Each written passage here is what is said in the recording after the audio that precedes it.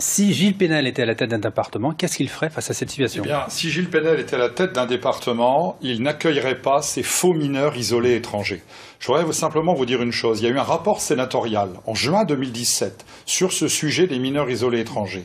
Et il y avait d'ailleurs un sénateur socialiste comme rapporteur. Ils disent que les 2/3 de ceux qui se prétendent mineurs isolés étrangers sont en fin de compte des majeurs.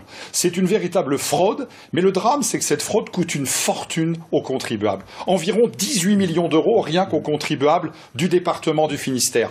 Le rapport sénatorial nous dit qu'en 2016, écoutez bien ces chiffres parce qu'ils sont incroyables, en 2016, pour l'ensemble de la France, c'était 1 milliard d'euros. En 2017, 2 milliards d'euros. Nous sommes face à un véritable scandale financier. Alors Gilles Pénel, l'État reprend en main ce dossier, c'est une bonne chose? Non, c'est pas une bonne chose parce que ce que nous propose M. Édouard Philippe, c'est que finalement ce soit les contribuables nationaux, français, qui prennent en charge ce scandale. Nous disons clairement que ce soit le contribuable du Finistère ou d'Ille-et-Vilaine ou le contribuable au niveau national, c'est le même contribuable. Nous demandons une chose extrêmement simple.